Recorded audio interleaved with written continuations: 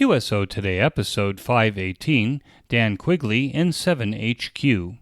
This episode of QSO Today is listener-sponsored. Only you can keep the QSO Today podcast coming to you every weekend since 2014. Please become a listener sponsor monthly or annually by clicking on the sponsor banner on the show notes page or at the top of the QSOtoday.com web page. I truly appreciate listener support and want to recognize the following listeners for their support. Our new annual sponsors this week are Robert Archer, KC9NWD, Jeffrey Tafuri, KO4NCC, Scott Wright, K0MD, Jerry Wright, K6GVW.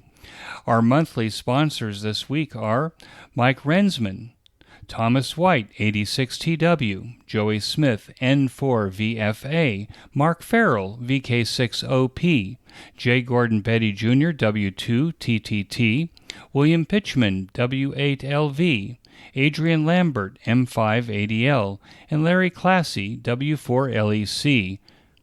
The following listeners made these donations this last week: Martin Glazer, N6QLH, $100. Peter Van Houten, N4PVH, $100. Kenneth Baker, KA4JPT, $50. Kurt Holtz, AG7UK, $20. Tommy LeBeouf, K4VTE, $15. Samuel Tonseth, KI7CDG, $10. James Leonard, KA6KSN, $5, and Brian Malone, W2BRM, $5. There were donations and sponsorships received this week by listeners who wish to remain anonymous, and we thank them for their support of the QSO Today podcasts and projects. It is the cash sponsorships and donations that contribute in a major way to keeping the QSO Today podcast on the air. I know that in difficult times, cash is difficult, so other ways to support the podcast is to send show links to friends and family. Give us a 5-star rating on Apple Podcasts, promote our episodes on QRZ.com, and use our affiliate links when you buy something, especially from Amazon or QRP Labs.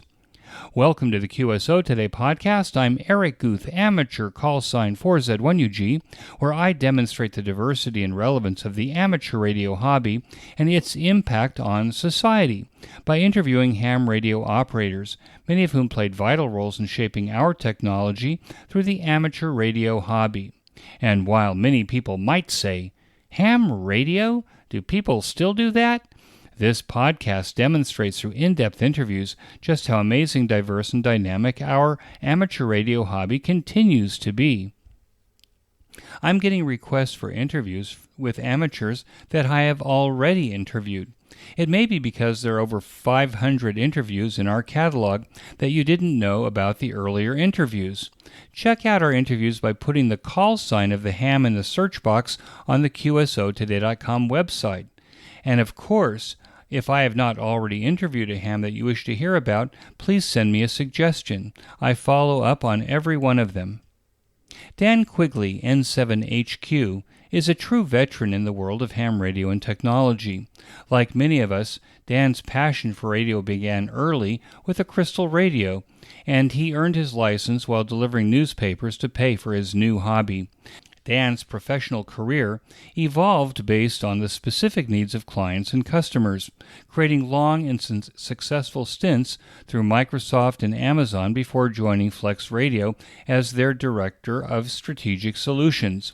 N7HQ is a kindred spirit, perhaps to many of us, and tells his ham radio story in this QSO Today. N7HQ, this is Eric, 4Z1UG. Are you there, Dan?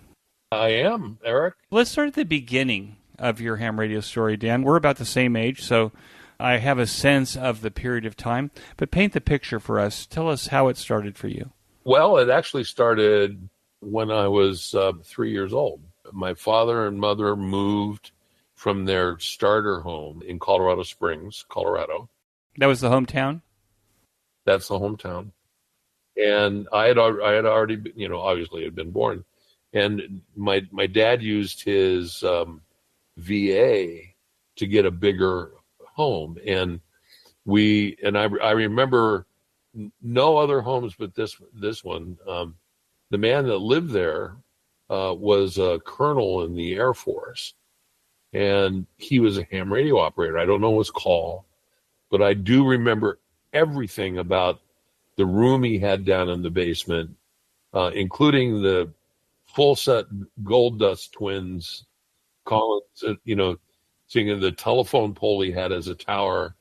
And I was just amazed at that room. The smell, it was warmer than the rest of the room because of all the tube gear was fired up, and I could hear these crazy sounds coming out of the speaker. So I still have a very vivid memory of that, and that really started my interest in radio and electronics, and so it was really natural for me to kind of go this direction. My mother, when I was like 9 years old, gave me a crystal radio for getting a good report card at school.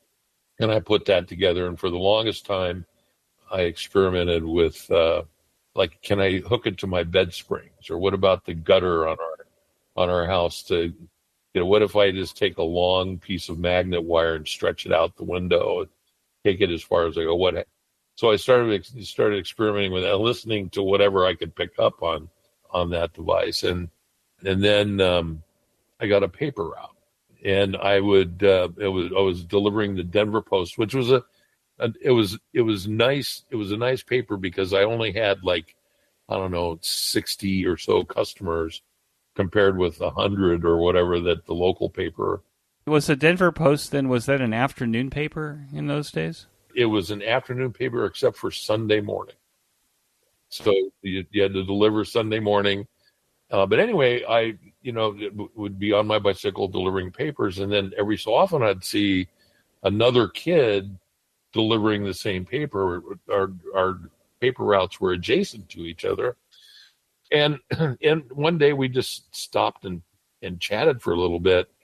Turns out that we both had an interest in radio and rocketry, of all things.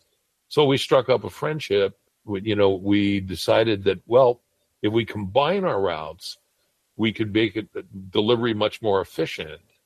And we would take these little CB walkie-talkies and communicate where we are. So we end at pretty much the same time. And then we go have an ice cream cone or, a hamburger or something like that. His name is Martin Rowe. He's was WB0JNV. In fact, he's still active as a ham, lives up in South Dakota. But we started trying to figure out how we could communicate between our two houses, which was about a mile away from each other. 100 milliwatts just doesn't get you there, right? And so I went through the same sort of exercise. Well, let's just stretch a long wire. Let's make the antenna bigger. Knew nothing about radio, and then his brother was studying to be an electronics engineer, and told us, well, you should get your ham radio license. So we both studied to do that, and we both got our novice ticket, and then we kind of graduated, but then we could communicate back and forth. Did you have the resources there? Did you find the amateur radio club? Did you find books in the library? How was it that you and Martin were able to kind of go to that next step? His brother had an old receiver, and one of the old ARC, I can't remember the model number of it, transmitter that was converted to 40 meters and 80 meters. And so that was sort of how we learned the hands-on part of it. But the ARRL, we went out and both bought the handbook, and that was the Bible. I mean, that was really what we used to study for our exams. There was no question pool or anything like that back in that day. You really had to know your stuff, and we would quiz each other on each chapter, and we stayed more or less in lockstep. He was a much better student than I was, but we were pretty much on parallel paths. Then I went to a private boarding school, and in the Colorado Springs area. No, this is in Canyon City, Colorado. It was a little south and a little west, about 45 miles. And it was Holy Cross Abbey was the name of the school. It's still around. In fact, I just went to the 50th class reunion. The school has since closed, and the monastery there is it's up for sale if someone wants to buy it. It's only $7 million for this beautiful, beautiful, Gothic monastery and grounds. It's just a shame that it's kind of falling into disrepair. Yeah, but it's also in a great touristy area, right? You've got the bridge, Royal Gorge. Right, the ski areas. So anybody that's interested in listening to this podcast. Yeah, house on the beach is $7 million. You could have a whole abbey. Yeah. Or California, you could, it's like a condo there is about $7 million, depending where you are. Anyway, the school was it was an excellent school. It was a college preparatory school. My situation was such that I needed to make a little extra money, and so they had a program that allowed you to do some work, and you would get paid a stipend, basically, for spending money while you were there. And the things that you could do were basically dish out food at the cafeteria, or go shovel manure in the stables. But there was also a spot for a lab assistant to the chemistry and physics professor that was there. And I was just basically washing test tubes. And so I said, okay, I'll sign up for that. And I got it. That seemed like a little more interesting than any other kinds of jobs. But to my delight, the basement of the chemistry and physics lab building was packed with electronics gear. And they had a ham radio station and an AM radio station that had been shut down a decade before I got there, and nobody took any interest in it. And it had the Gold Dust Twins, which just tickled my memory. Brought your nostalgia back. And so I asked for permission if I could. This basement was just amazing. I mean, all the parts they had, because they had electronics courses there at some point, in the past, but they had long since stopped that course. But I asked permission if I could work on it, told them I had a license and got permission to do that. So I set about firing up the ham radio station at the Holy Cross Abbey, and also the AM station that they had there. It was the license had expired, but the transmitter was still there. And so I spent most of my spare time just really immersing myself in radio, and to be able to talk to my good friend Martin, who was 45 miles away, that you kind of lose touch with people, but that was a really great way to stay in touch. But I had an absolute blast. And I was the only student out of 230 students, and so it was just like my shop.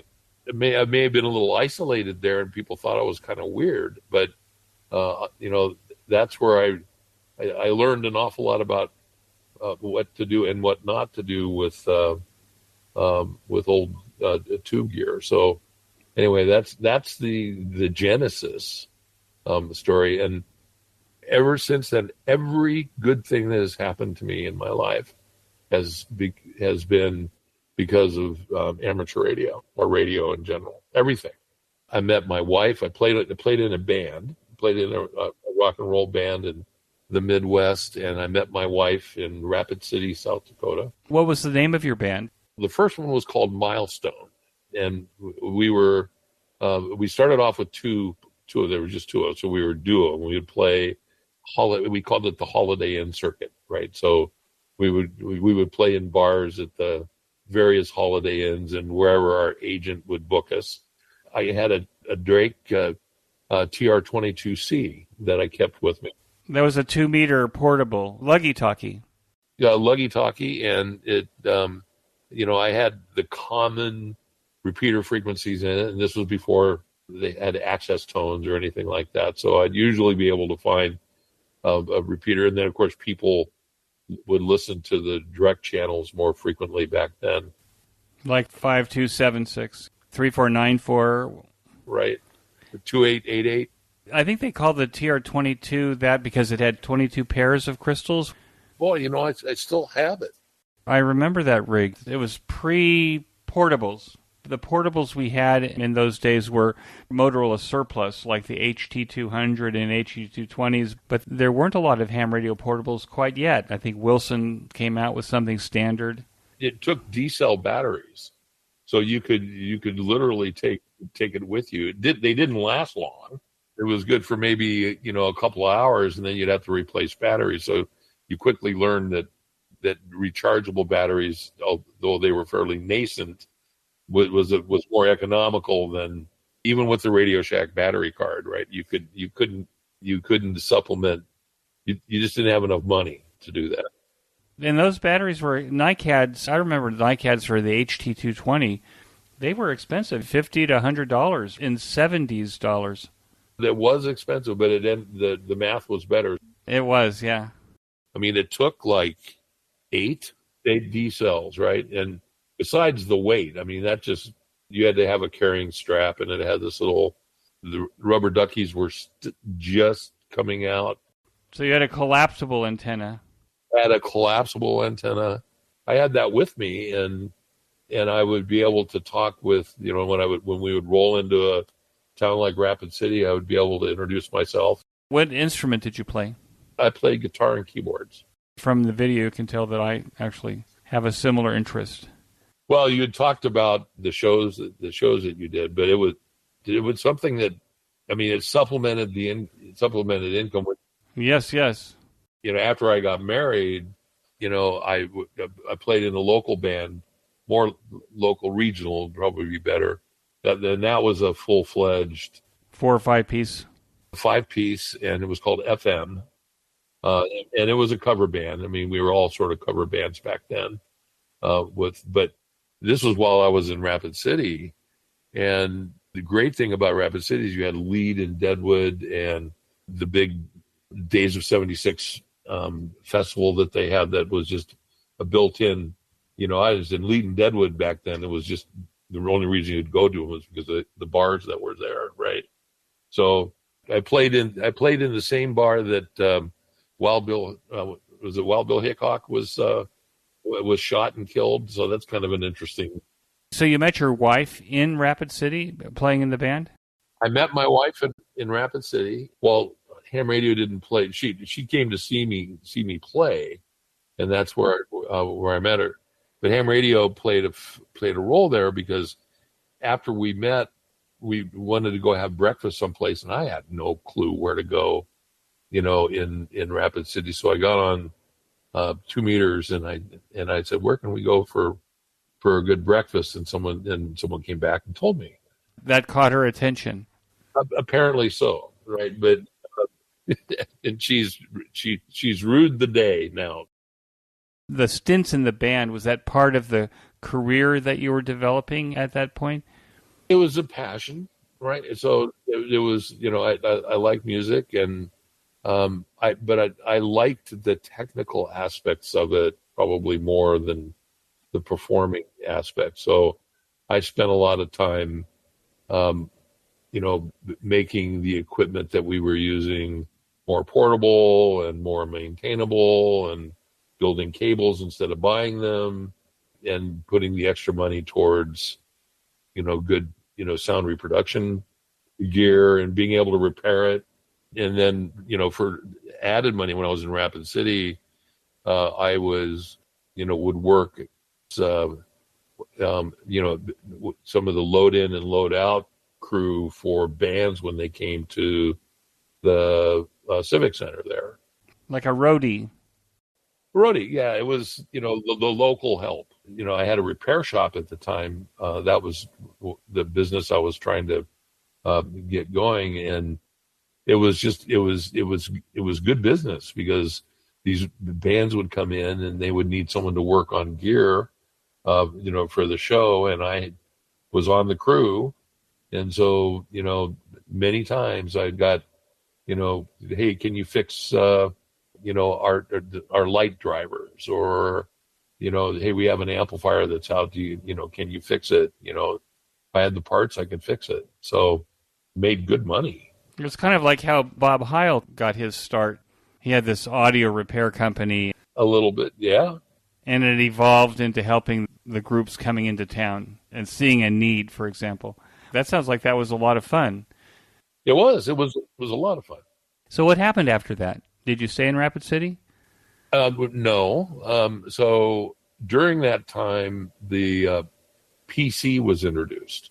And if you ever run a repair shop or been around them, one of the more tedious and difficult things to do is maintain a good set of books and accounting for that, especially ordering parts. And Rapid City is serviced by Ellsworth Air Force Base. So so when the Air Force personnel would rotate back out after a tour in like Japan or wherever they were, they all needed their stereo gear converted from 50 cycles to 60 cycles, from 100 volts to 110 volts.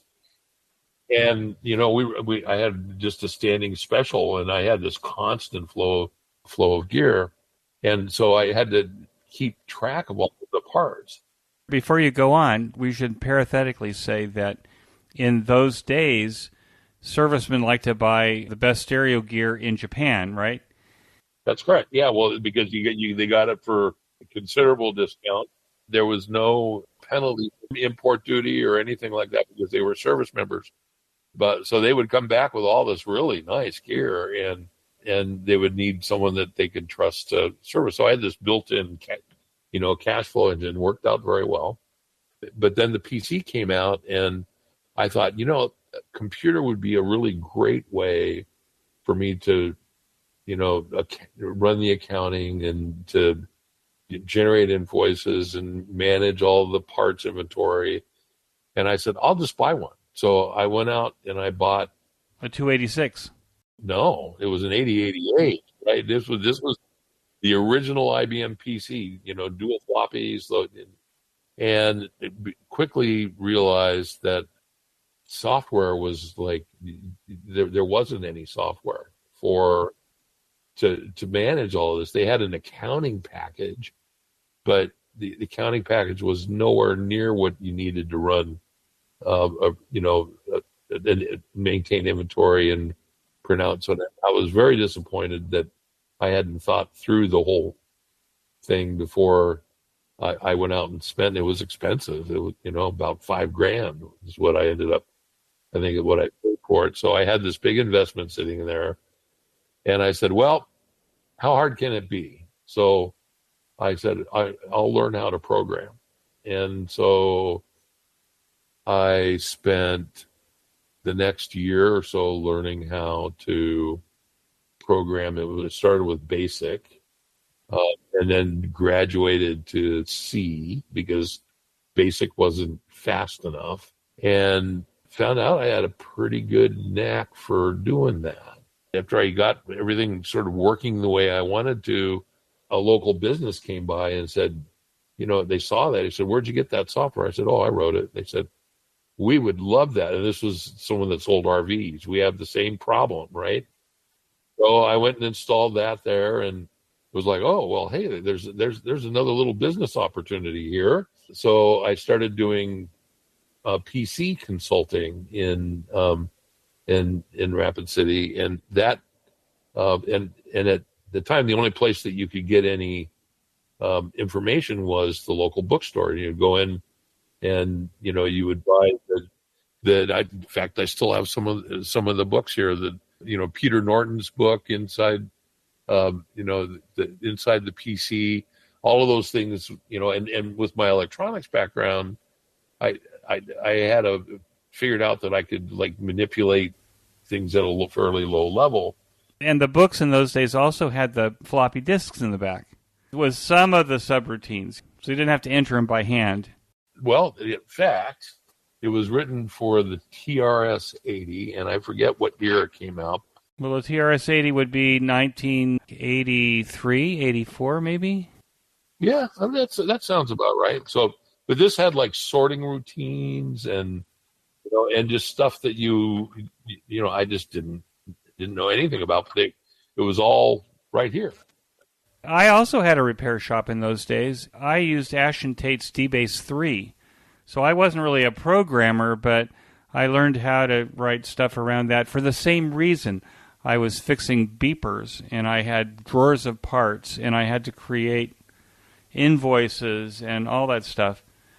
And you spend hours on the computer trying to just make your life easier. I probably still would have been better off just using the pad and the multi-forms. Well, DBase 3, that is actually a comma delimited format. That's right. Right. So yeah, I'm very familiar with that, and there's another story about that later. But anyway, I taught myself the program. But that's what people did in those days. There was machines, but there was no software. And there was no college courses about this. You could go take computer science, but you basically ended up with a stack of punch cards. In COBOL. Or RPG. Or Fortran. Yep, or Fortran. Rapid City, the South Dakota School of Mines is there. And so I signed up for a computer science class there as I couldn't matriculate into the system there, but I thought, well, I'm interested in it, may as well see what they, and I was amazed that I learned more from this book than an entire semester of like a computer science course that I was auditing. And I said, okay, well, that's not a good direction. So, but I would go to the bookstore and I would wait for any new book that would come out, and I would just devour it. In one of those trips, there was someone from a town north of Rapid City, Sturgis. You may have heard about that. That's where they have the big bike rally every year. And I was still playing in bands at this time, but they came in and they said they had this Novell network set up in their sale barn, and they were writing software for a sale barn, and they were having trouble doing something with Novell network. And I said, well, I'll take a look at it. And I knew a little assembly language, and sure enough, I figured out how to do that. And I said, I tell you what, I would like to be able to use your network in off days. And what I'll do is I'll write code for you if you let me use your network, so I could learn network programming. And they said, okay. So I would show up, a couple times a week in the evenings usually to do that. And then my wife, she said, you like this so much, why don't you just sell the repair shop business, work on computers? Okay. So I shut down sold the interest I had in the repair shop, and shut that business down, and then started devoting myself full time to programming. And I still had this arrangement with this sale barn up in Sturgis, but I started showing up every day. And then one day I got sick, and I called him. I said, well, I'm not going to be in today. And when I got better, I went back. The owner of the business said, well, I'll tell you what, if you feel like you're calling in sick for your volunteer work here, I think we'll just put you on the payroll. So I was hired as a programmer for this company called Heritage Software, and over the next few years, I ended up being a co-owner of that business and expanded the software to include feedlot accounting software, and there was more feedlots than there were sale barns. and they also needed network. So I ended up stopped playing music, and ended up selling software in rural America to feedlots, accounting software. And now this mid-show break. The QSO Today project that now includes 500 episodes of the QSO Today podcast, the curation of hundreds of hours of QSO Today Virtual Ham Expo presentations for public consumption, is now supported completely by you, the listeners. I am using a business model called Value for Value, a concept developed by Adam Curry, K5ACC, where you contribute to QSO Today exactly what you think its value is to you. Value for Value. This mid-show break and the promotion of the Ham Radio Workbench podcast later in the show are the only commercials that interrupt the program. QSO Today has no commercial sponsors to influence the content, direction, and editorial content of the QSO Today project, which exists solely for the promotion of the amateur radio hobby. Those of you that have listened to over 500 podcast episodes know that I'm not only infatuated by the amateur radio hobby, but by the people who perpetuate it as well. The hours that I dedicate to QSO Today is a half-time job. Your support at any level pays for all of the technology that I use to create, produce, host, and deliver the QSO Today podcast and the project to the ham radio community. And while it is a labor of love, it costs money. I know from statistics and surveys that only 6% of you actually contribute to QSO Today in some form. Please make a generous donation using the slider to set the amount of your donation. Make that donation monthly to ensure that QSO Today is here for the next 500 episodes. As a value-for-value donation, it should be in the amount that you value each episode of QSO Today, or your access to our amazing catalog of ham radio educational videos found on YouTube, Vimeo, and using our own player link in the show notes page. Become a listener sponsor monthly or annually. Use my Amazon link in the right column of the QSO Today website before shopping on Amazon. Promote QSO Today to your friends and family by forwarding our email and social media posts. Subscribe to our mailing lists. Subscribe to the YouTube channel. Tell your friends. All of these actions are value for value. Keep the QSO Today project alive by taking action now. We return to our QSO Today.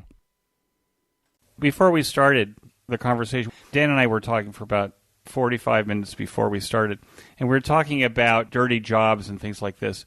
What you're reminding me, Dan, is there are all these little vertical markets that are underserved. So you're making software for feedlots.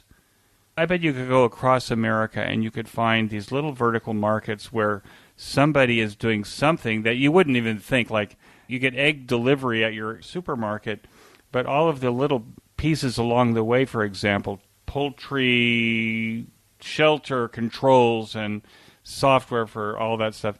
It's quite amazing. And you're kind of bringing this up, that here's a software company that specializes in this little tiny vertical, and I bet it was quite profitable. There were 3 owners, and we made a living. It wasn't a bad living, right? So, we did, and you're right. It was always looking. We were talking about finding opportunity, right? And sometimes it just lands in your lap. And all during this time, I'm a ham radio operator, right? So there was at the time there was this big shift to digital circuits, and I had a teletype machine, an old Western teletype machine that I did RIDI on, and Hal came out with their TNC. That you could use for RIDI, and that was a lot of fun. And because there was computing involved in all of that, right? There were microprocessors in this ham equipment, and it was fun having the programming background and the electronics background, and where everything was kind of starting to converge at that point. So anyway, about that same time, this company, a little company called Microsoft, came out with this package called Windows 1.0. boy, was that rough. Anyway, I became interested in writing software for that because that seemed like it had graphics and Windows 1, it didn't even have separate windows. Everything was like tiled, everything. And then they came out with the next version, 1 point something. I think I have that box here somewhere that had overlapped windows. And so I thought, well, this would be a really great tool to migrate from the basic programs, the more text-based programs that we were doing for the feedlot software into something more graphical, because we could do nice reports and, better user interface, better user experience. Online forums. Right. Yeah. Forms that what you see is what you get, WYSIWYG, right? So I started rewriting this software for Windows, and I ended up having a lot of technical questions about it, mainly because I was an idiot, but mostly because the documentation wasn't complete, right? It was just like an API, and that was it. So I started sending questions to Microsoft about, like, how do you do this? How can I do this? This isn't working. How do I work around the problem? Yeah, this was like 1989 by this time.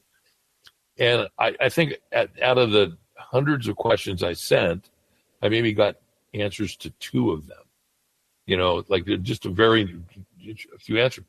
So I figured solutions out by myself, and I started responding to my own questions back to Microsoft, showing, all right, well, since I figured out how to do this. This is how you do it. Maybe you can use it to help someone else. That sort of thing.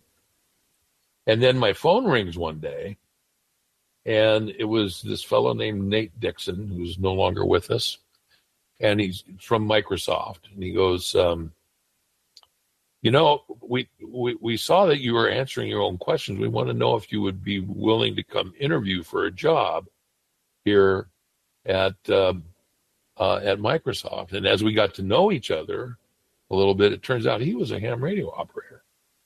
So we struck up a pretty good friendship, and he made sure that I got on the right interview track and, sort of pushed me. And so I went to interview at Microsoft and was hired on the spot. They had not shipped Windows 3 yet, but here was this. I was older than most of the people at Microsoft at that time by maybe 5 years. I felt kind of like an old guy, there already. But the questions that I got asked in that first set of interviews, I thought, there's no way I'm going to make it through this. Absolutely no way. But they hired me, and so on January 3rd, 1990, I started work at Microsoft full time in Bellevue. In Bellevue, Washington. So you had to move. It had to move, and so that launched a whole different career. But I had this sort of base friendship already established with an amateur radio operator there, and of course, he introduced me to more amateur, operators at Microsoft.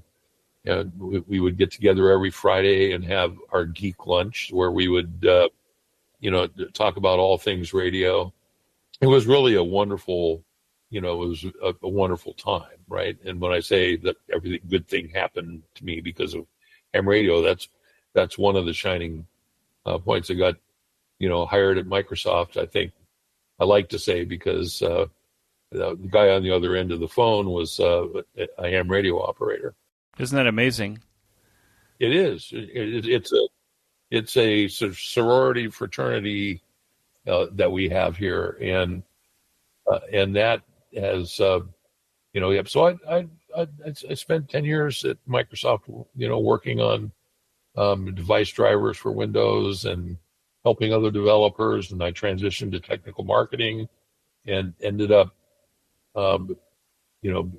producing several hundred hours of technical content, video content for, that helped other developers learn what I learned. And it was really a great school, right, to go to, because you had the part of the business I was in, especially the technical marketing part, we're dealing with some very smart people that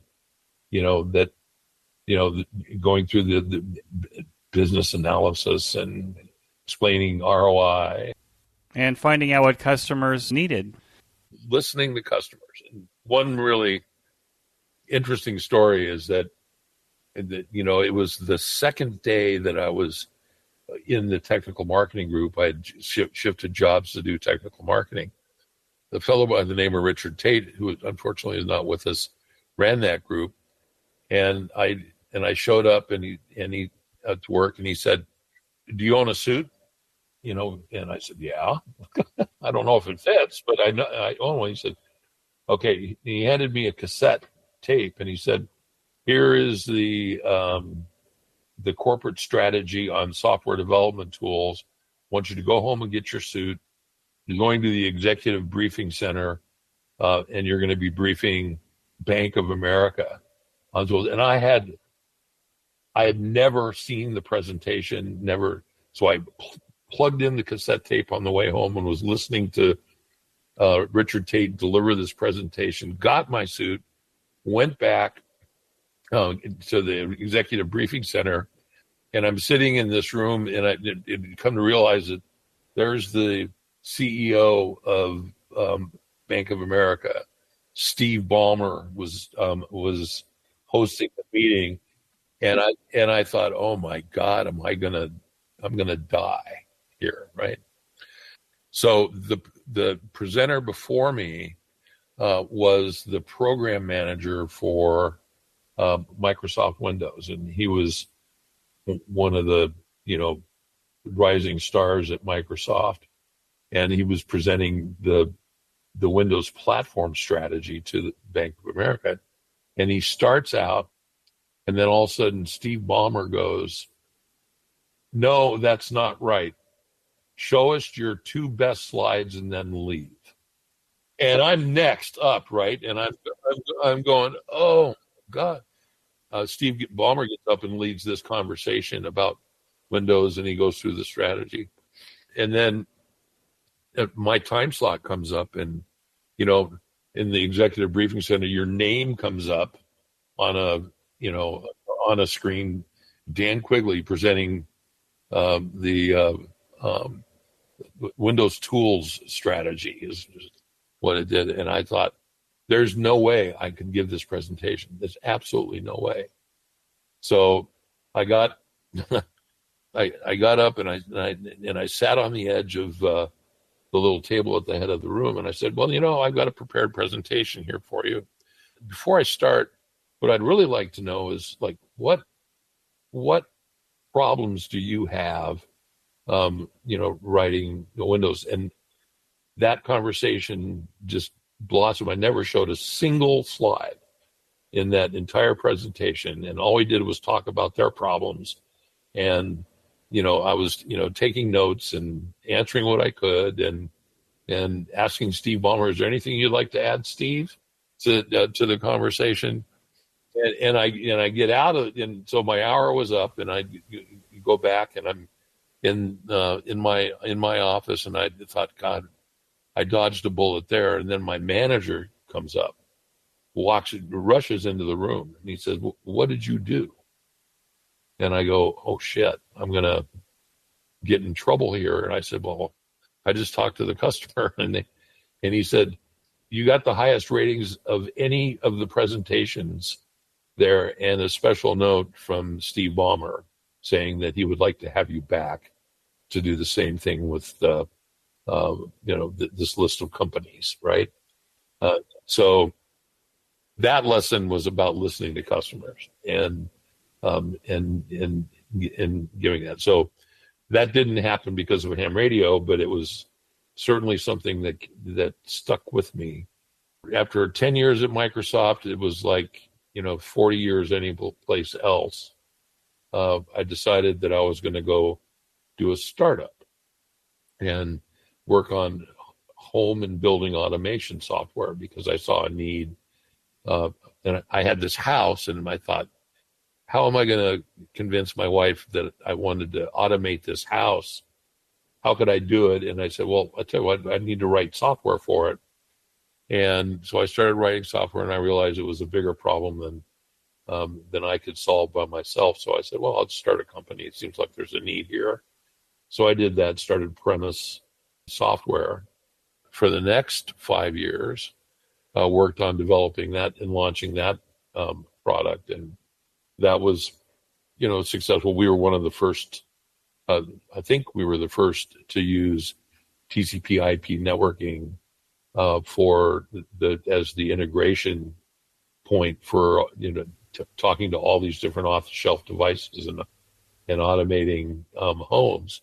Was your wife your partner in this business? It seems to me that the biggest roadblock to home automation in any home is the spouse, who the first time she can't turn the light on in the kitchen or close the window, that's the end of the story. I mean, if you want a successful marriage.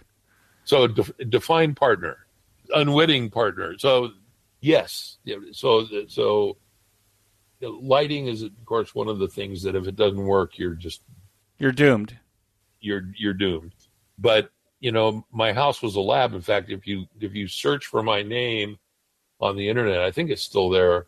There's an article that was written by Electronic House about me and my house called Life in a Lab.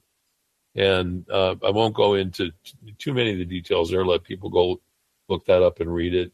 Booting a house up is like, in itself is kind of an interesting exercise. And one story that I have is that we were at some trade show. I did like all this crazy automation. One of the objectives I had, I said, I want the house to be able to recognize that a guest has arrived and then alter its programming for the way that it responds to things. I mean, I had it so you'd walk into a room and the light would go on and it would stay on as long as someone was active in the room. That's kind of common fare now, but back then that was something that was new. But I really wanted the house to be truly intelligent. That was a good objective. I don't think we quite got there, but one night we get this phone call from my wife, and she goes, "The sprinklers are on. I tried to turn on the light in the kitchen, but the sprinklers came on, and now I can't get them to turn off." So that was the kind of interaction that my house had with my wife, and we eventually worked out all the bugs. And Motorola picked up the business, acquired the business, and they were going to have these big plans to drop our code into set-top boxes, and they were going to sell set-top boxes. That did the home automation controls? As a home automation control hub. Some executive killed that whole project. So if you can imagine the end of Raiders of the Lost Ark, where the Ark of the Covenant's being put into some warehouse, that's what happened to my software, which is kind of sad. Well, do you have home automation now? I do. And what are you using, like Home Assistant or something like that? No. So there's more to the story. I'll get to it. Okay. So anyway, I worked at Motorola for 5 years and worked in the set-top division for 2 of those years, and then transitioned into the enterprise group.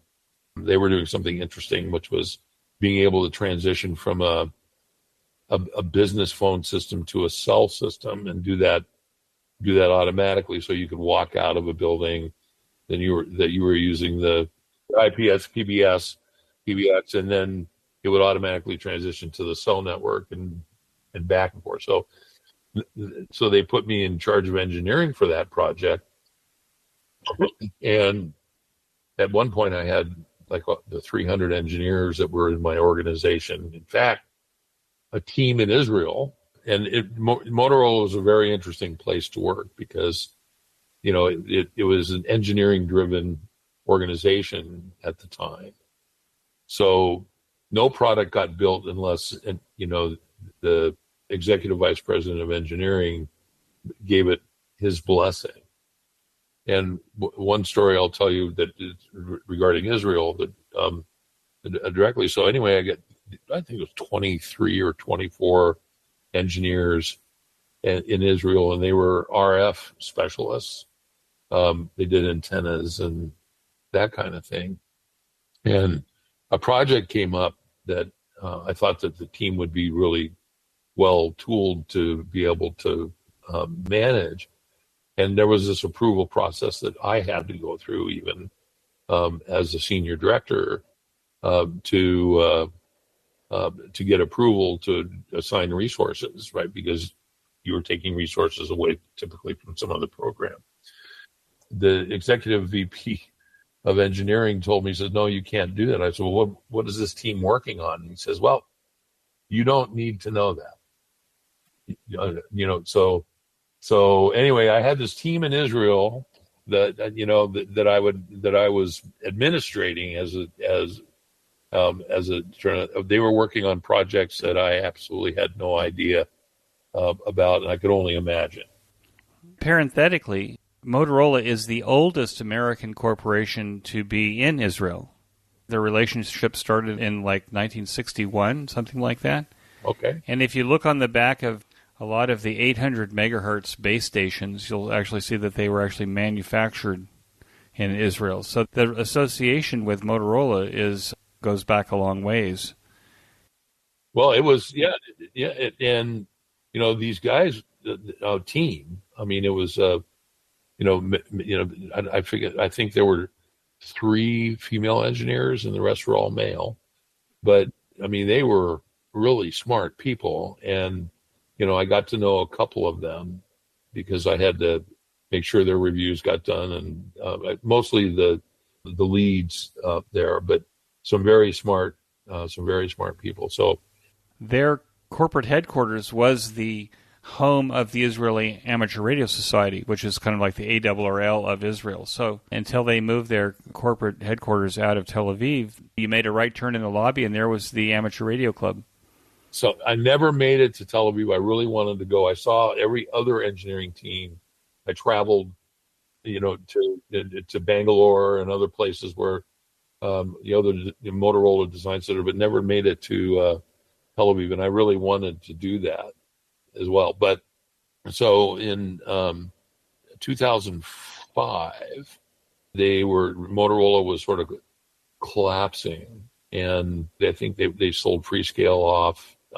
They had already done that, and they were starting now to, the enterprise group was acquired by a big New York firm. But we had maybe a $200 million business line that I was a part of, and this other company was like $2 billion.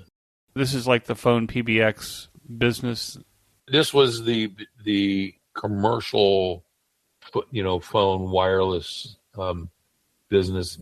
Come to me. Like Nortel. Actually, Nortel's Canadian, right? Right. No. This was they made devices wireless devices that you would do inventory with. Anyway, there was this big merger, and my choice was either move to New York or move to Chicago. I couldn't keep my office in Redmond because they were going to close that, or leave. And so I decided to leave. And it was just right when the economy started to take 2008, the recession hit, and so I started getting re-immersed in my amateur radio. So, and so one of the things that caught my eye was rebuilding. I had always wanted to have Heathkit SV104 lineup as a kid. And of course, they were, Heathkit was long gone at that point. So I started rebuilding a SV104 line. And I have, if you go to my QRZ page. Right now, I'm looking over your right shoulder and I see a whole bunch of Heathkit stuff over there. That's my collection. And I have to say it's a complete SV104. And by complete, I have every piece of SV104 line gear, and even one that Heathkit never shipped as a final product. They had a antenna tuner that was set up for that, and that's actually kind of the pride of my collection. So I have an SV104 antenna tuner that it was never a production model. It was sent out as a trial kit, and then they ended up killing that product. But I don't know how many they made, but not very many. And I have one of them. I think I've interviewed someone that may have the other one. I'll have to go back and look through that. What are you sitting in? Are you sitting in your garage, or do you have your own building? Because I see like a small garage door.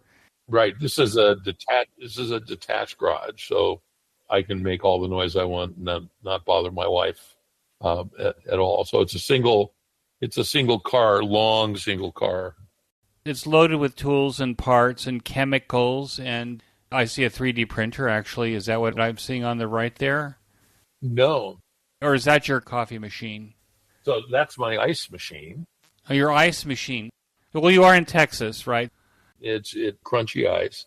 And then the thing that looks like antennas on my head there, that's a circa 1970 Craftsman table saw that I'm rebuilding. Oh, wow. So the tax that I have to pay here for, collecting tools and things or doing projects in the house. And happy wife, happy life.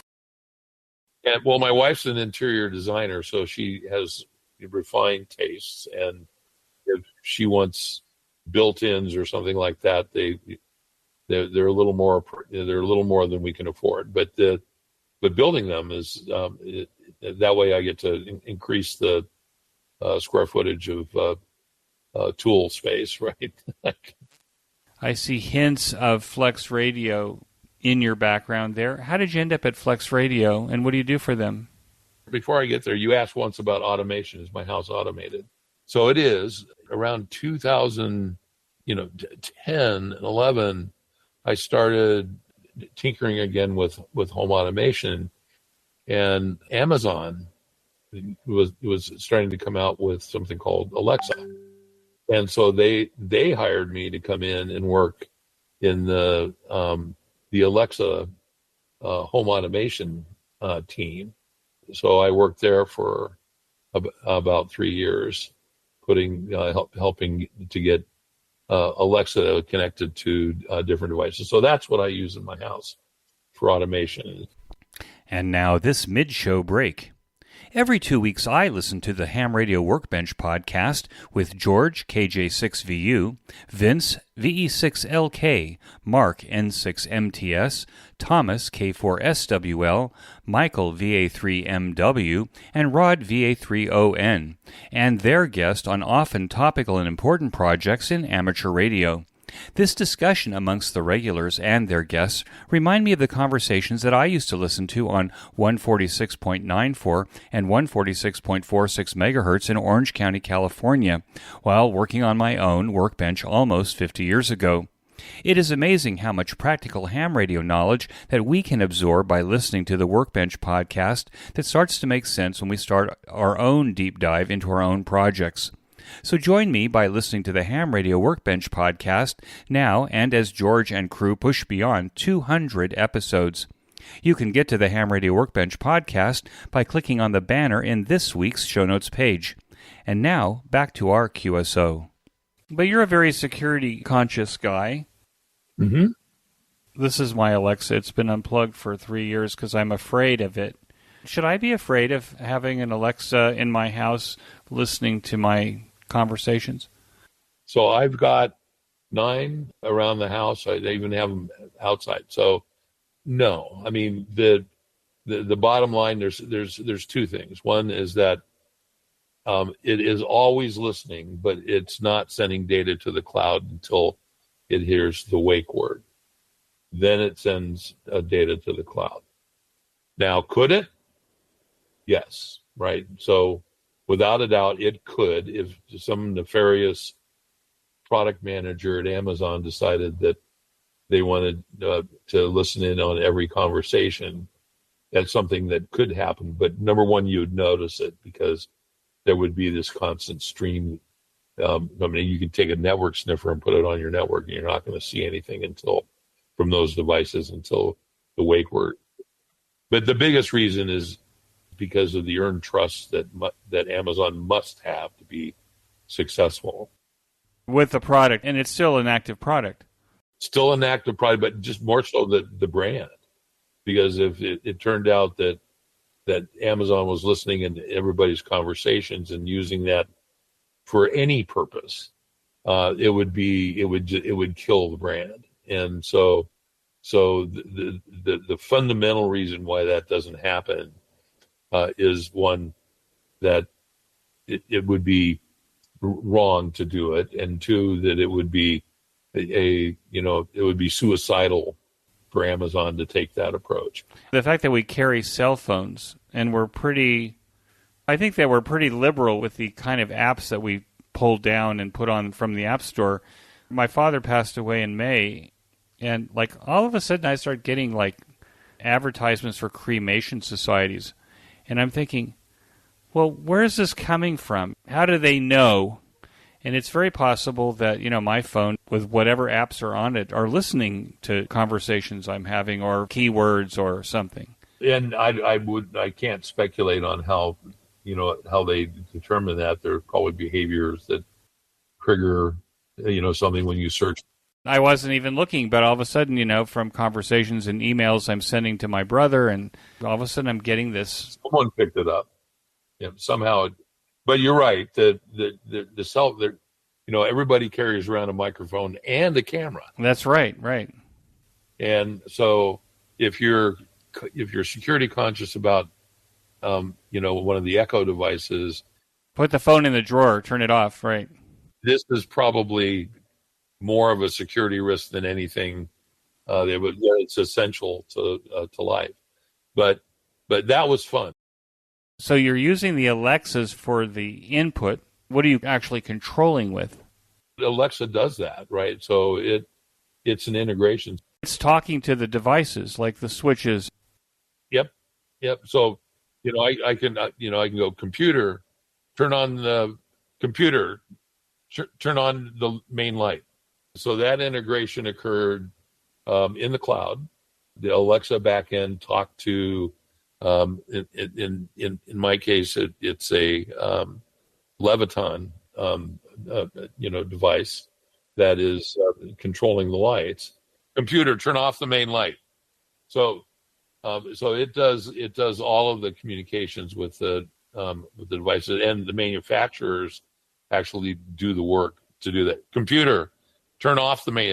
There it went. It was listening, right? So computer, stop. That's the end of that. I used to be in the low voltage installation business here in Israel, and everybody that has any money is buying home automation controls. But the only thing that's always lacking is the programming. There's no programming. So people have a lot of remote control switches. I always thought the whole purpose of automation is rather than break your hip as you get out of bed in the middle of the night to go to the bathroom, that as soon as you put your foot on the floor, the light goes on. Or it comes up at 25% so that at least you don't trip over the dog or something like that. And nobody does that. Well, no, that you can do that today easily on the Alexa or the Echo platform, Alexa platform, right? There's things that they call routines, and you can take the input of motion sensor, for example, and then do something with it. Do some work with that. So it requires probably more than the average consumer would be willing to commit to learning how to do that. But it's very possible. And and I use them a lot here. One thing I've learned over the years with automation is that, I've done a lot of crazy things, but the least amount of friction or cognitive dissonance that you give a user, the more successful it's going to be, and that all boils down to simplicity. So, we have a routine called Good Night that my wife uses, and it shuts off all the lights and turns off the fan, sets back the thermostat, and it's not on a timer or anything like that. She just says it, and and the house responds, and goodbye, or I'm home. If you lose your internet connection, though, do you have any controls with no internet connection?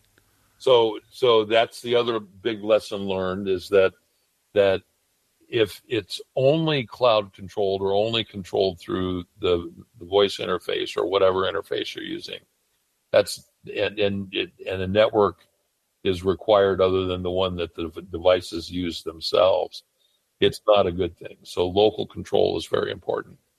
So, all the light switches in this house anyway are still light switches in a wall, right? That, worst case, you can just get up off your butt and walk over to the light switch and turn it on or off, right? So that's a big lesson, is that for essential things like lighting or heating and air conditioning, you have to have local control. You can't be reliant on internet or any other network for that matter, other than the device network. You're now in Texas. I'm now in Texas. Yep. And how did you make that transition to Texas? What was the draw to Texas? Well, so there was when I was still at Amazon, I was really interested in this product called the PGXL that I'd seen. Crazy thing about this industry is, at least you know about the products that are coming well before that they're shipped, not like the Apple iPhone, or even there was no embargo against talking about new products. Some companies are a little more strict than others, but PGXL was one that was on, I saw pictures of it and saw people talking about it. And I thought, what a great next amp for me, from my hobby. And I was in Amsterdam at the time working for Amazon, and I was considering, leaving there and doing something different at that time.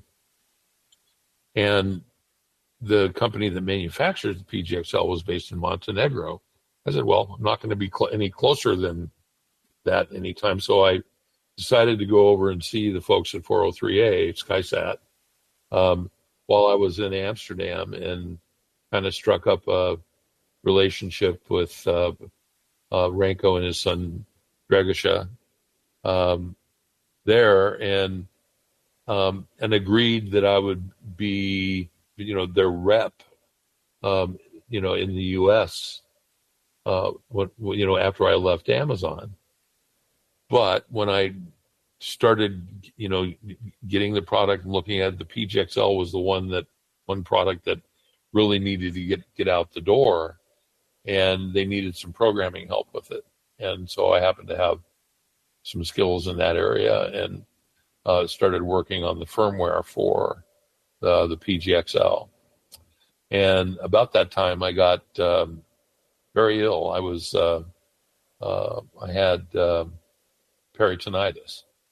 That was a pretty serious condition. And when I was in the hospital, Flex Radio offered me a job to come in and work and join the Flex team, based on some of the work that I'd done on the PGXL and my interactions with them, which, after you go through an illness like that, you sort of take stock of your life and make decisions about what you want to do. And that seemed like a really good choice, and have the opportunity to join a small product company in ham radio to do that. So that's how I got got here in 2019. So after I got out of the hospital, and we packed up and moved to Texas, and that's pretty much how I got here. But then Flex Radio started winning the attention of military and commercial products, and they got were awarded the contract to be the design authority for a replacement for one of the radios inside larger Air Force aircraft, and ever since then the company has really grown, and it seems like I've landed in a spot where the products are accelerating, the company's growing, and so it's kind of like It's gone in a direction that they never thought it would go. and neither did I thought that I would be joining a company that had a good market, and had a good reputation, and I didn't see a whole lot of growth in there, and dealing with that. But now it's sort of like going to work for Microsoft or the Alexa team. So I find myself in the same kind of situation where there's lots of opportunity, lots of places where people can contribute. It's really a good place to work. Now, are you off today, or do you work from home? No, I am actually playing hooky right now with you, right? So I appreciate it very much. well, no, we tried to do this for several months now, and it was like it really needed to get to do that. But what I do here now is my official title is Director of Strategic Solutions, which is basically talking with customers and getting customers to acclimate them to our product and our API, and so it's real familiar territory for me, and it's really great because the kind of job I like are my best ideas ever in any product or anything have come with discussions from customers, every single one. Being able to take what customers say, knowing where a product is or a product line or roadmap is going, and being able to synthesize some direction or feature or something that would help both customer and product is just right dead center and target where I like to be. There's lots of opportunity here for that, and I'm thoroughly enjoying myself. I've listened to you a few times on the Ham Radio Workbench podcast, and I think the last time you were on there, you kind of ignited this idea in my brain. Like, could you put a Flex radio inside a SB104, for example? I mean, or I have a TS520. Could you make a board that makes an electronic interface, serial interface, Ethernet interface from the front panel? So you get rid of all of the electronics behind the front panel and put in a 6700, or in fact, it doesn't even have to be in the box. It could be in your remote base station someplace. Well, funny you should say that, right? I did that, right? I did that with, when I did the SB104 rebuilding, I ended up with a lot of extra parts. I think I've told the story on Ham Radio Workbench. And I had these extra, front panels and all the controls and the shells of all the gear. And I decided I was going to put an SDR radio inside of one of them. And that's what I did. So if you, again, look at my QRZ page, you'll see two copies of an SB104.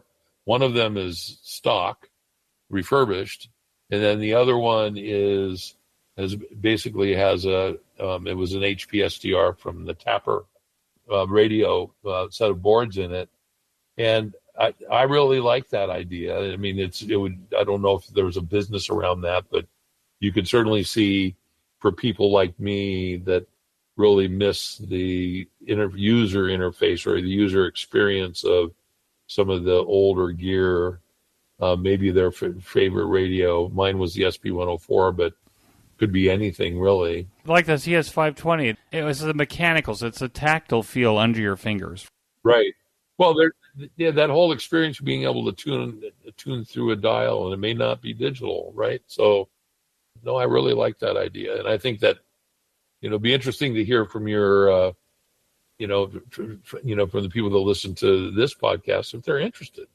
I have an FT101 under my bench that hasn't worked for years, and it's kind of like, maybe I should just pull that front panel off, and whether it's Arduino or Raspberry Pi, A to D converters, all this other stuff, it doesn't seem like it'd be that hard. It isn't. It wouldn't. No. To create an interface. Right. It would be an interface, and it wouldn't even need to be the same. The front panel would be the same size, but the depth of the radio wouldn't be. You could have this thin facsimile of your user interface, although I don't know if it would give you the same, look. If you built in a built-in console or something like that, or it's kind of like you can buy this DEC 10 interface with the Raspberry Pi in the back. Right. Why not do that with radios?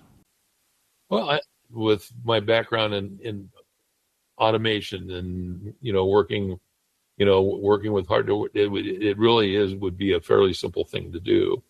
And with something like a Flex radio that has such an extensive API behind it, you could really make it. I think probably some of your some of your listeners are familiar with the Maestro product we have, which is effectively the same thing. It's just it's a fancy. You could do the same thing with your favorite. It would be interesting to do it to instead of Gold Dust Twins, right? If you could build something that looked looked like that, there would be this radio that would weigh substantially less than than the model that it had, but you could get the same look, but then have that wonderful new SDR tech behind it. Not that the Collins stuff was bad at all, but you would have sort of state of the art innards and the retro feel of a user interface, which I think is an interesting dichotomy. Before we go, you're all over the internet. We touched on some stories that people haven't heard, but is there something that you'd like to say to the QSO Today audience about where you're at in ham radio, or where you think ham radio is, that will let them think a little bit beyond the interview? I always come away after listening to you on Ham Radio Workbench, and also on the Ham Radio Workbench in general, I'm always thinking, oh, that's an idea, that's a project. What do you think?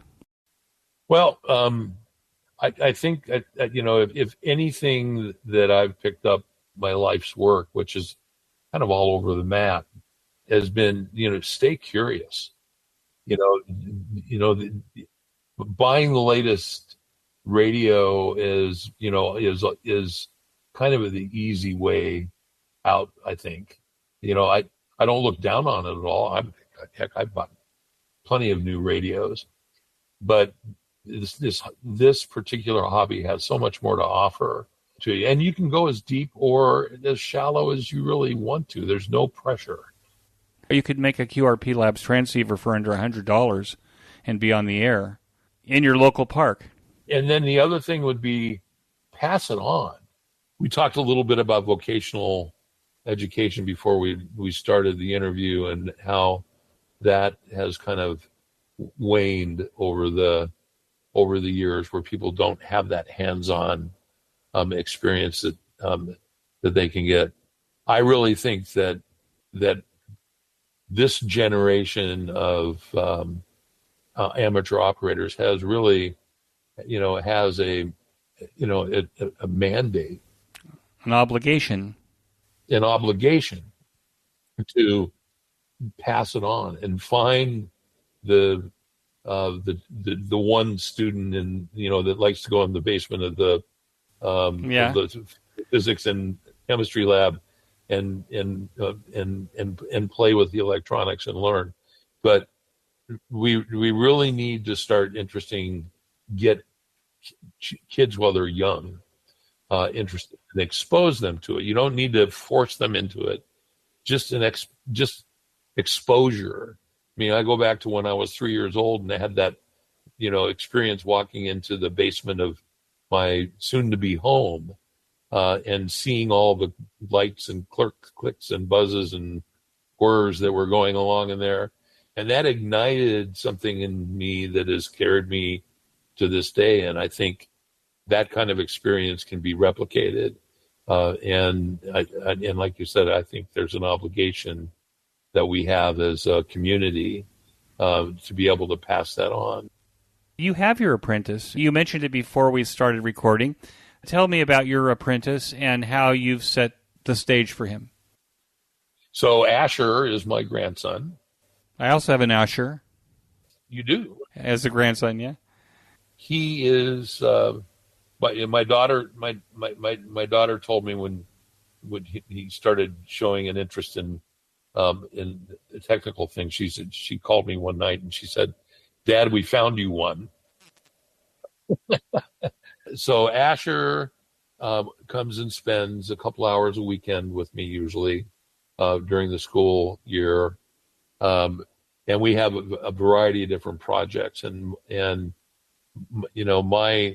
my goal with him really to act as not necessarily an Elmer, but just someone that will show him, expose him to a variety of different technical topics. Like this week's project, we're building a model rocket, so it's not all radio. He's put together a power supply. He has his own workbench, right? He's got his own workbench right back there. That's Asher's bench, and he can and set up tools, and my job is just to put things in front of him and give him things to do with his hands and his mind that are not necessarily things that you learn out of a book. So we have shop rules. I think that discipline, put things away after you're done with them, take care of your tools. I mean, those kinds of lessons that I learned from my grandfather and father that I don't think everybody gets that opportunity to do that. So I think that's an obligation, right? It's not just my grandson. It's really thinking about, how you pass on what you've learned. I still have the lineman's pliers that I received when I was 7 years old from my grandparents. I still have them. It's still in my toolbox. And I still use them. And it's kind of like, it's a philosophy. It's a way of life. I'm so amazed. Asher's so lucky that he has a mentor like you, Dan. I'm envious. I, too, like having my apprentices at various times. He gets to experience the other things that I'm rebuilding some old woodworking tools in the background. Rather than going out and buying something new, I'm refurbishing a table saw or a jointer or something like that I can use for other things. But I think, it's kind of like a rescue puppy in some cases. You go find these things that are just wasting away someplace, that with just a little bit of TLC and some effort. It doesn't have to be a ham radio project. With my student, we rebuilt this Roland D70 that's behind me. It's a keyboard synthesizer. I owned one. That when I said I played keyboards, it was a D70. It was a D70. I bought this and the keys didn't work. So me and my 10-year-old now protege took it apart, and I'd never taken one apart before, and I think I've even maybe told this story, but we've taken it apart. We've completely cleaned all the contacts. We're starting to put it back together, and he's now putting the keys on. He's 10 years old, and he's putting the keys on. I turned to him, I said, why do you think that people don't fix their own keyboards? And he says, because they think they can't. Yeah. I said, well, what do you think? He says, well, I think I can. And I said, well, what do you do if you get stuck? He says, I would ask for help. And I'm thinking, yes, if I've taught him anything, it doesn't matter whether... Now, we've done 4 keyboards since then. because we find them in the garbage. People throw things out, and so he now has one of the 4. We've sold one. I guess what I'm saying is usually the roadblock for kids being able to do something extraordinary is this idea that they can't do it and that they possibly could fail, rather than trying it and seeing that they're not going to fail, and that if they feel like they're about to fail, they can just ask for help. Especially today. I mean, you go to YouTube, you can find anything. I mean, you got to weed through some of the garbage that's there, but I mean, if you wanted to learn how to resole a shoe, I would guarantee you that there's going to be a YouTube video on that out there, and you name it, and you have. I mean, talk about I wish I would have had this resource when I was. The first thing I did when I took that apart was, one of the things with these synthesizers is you don't remove the clock battery. Oh, really? Right, because its entire programming disappears.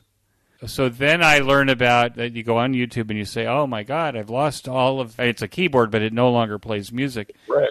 Then you find out about MIDI and MIDI cables and stuff like this. So I borrowed a MIDI cable from another musician, and I discovered that I could actually download from Roland the operating system for this keyboard's 30 years old, I think. Yeah, at least that. And I was able to reload it, and it was all because you can go on the internet. What did we do before? Well, maybe we threw it out, or maybe we sent it to a specialist. Or we called the company. Yeah, and got on the phone. We got on the phone. So yeah, no, it pass it on. Yeah, it's great. That's a perfect example. It's an attitude. I think what keeps people from Israel, the trash cans are a gold mine, because nobody fixes anything. Much to my wife's chagrin, there's a whole attic full of stuff that she can't see, but she knows is there, of things I find in the trash that I know for some project they'll be usable. But I think that the majority of time, at least in this time, is people think they just can't do things. And they don't even try. With our apprentices, Dan, we can convince them, and maybe they'll infect other people and say, well, if he can do it, I can do it. Maybe we can create this virus of can-do-ism. I'm in. We ought to make that a QSO today. People like to put the things that they've done up on a bulletin board someplace. It would be interesting to be able to have, like there's lots of vertically oriented chat rooms where people will go put up pictures of a lathe that they've refurbished or something like that. We could do the same thing for radios. Right, and the wooden bowl they spun on it after they got it all done, right? Or the pen or whatever, yeah. Dan, this has been such a great time for me. I'm so happy. It took a few months for us to kind of get it all together, but I'm so happy that we did, and it was such a pleasure talking to you. I hope that we can do it again sometime. Well, anytime. I'm as you can probably tell, I don't get tongue tied very often. So I just hope that people find this interesting, and that you don't have to do too much editing. I don't think Ben will have to do too much editing at all. Thank you so much, 73. Thank you, Eric, and we are definitely thinking about you here. I think about you every day. Well, thank you. I appreciate all of the thoughts and prayers that people send, because we need it right now. We all do. We're on the same ship, right? Whether we like it or not, we're on the same spacecraft. So that's exactly right. And that's not to underplay at all of the other issues that seem to be confronting us now. So together we'll win them over, and we'll make our disciples. One at a time. That's all it takes. Thank you so much, Dan. You bet, Eric. You have a wonderful day. 73. That concludes this episode of QSO Today. I hope that you enjoyed this QSO with Dan. Please be sure to check out the show notes that include links and information about the topics that we discussed. Go to www.qsotoday.com and put an N7HQ in the search box at the top of the page. You can sponsor the transcription of this episode or any of the previous episodes by clicking on the transcription button on every show notes page. The cost is $75 per episode, regardless of the length. We will quickly transcribe the episode and give you credit for your sponsorship. Please send us the call sign of the podcast to make sure that we transcribe what you want. Remember that QSO Today is value for value. Please support our project by making a donation or becoming a listener sponsor today. Use our Amazon link before shopping at Amazon, as we receive a small commission on your Amazon purchases. Subscribe to our mailing lists, both my blog and the podcast, and forward the messages to friends and family who would enjoy QSO Today content. Promote us on social media and give us a 5-star rating and reviews whenever you are asked. QSO Today is available on every podcast player and venue, including Apple Podcasts, YouTube, Spotify, and Podcasting 2.0.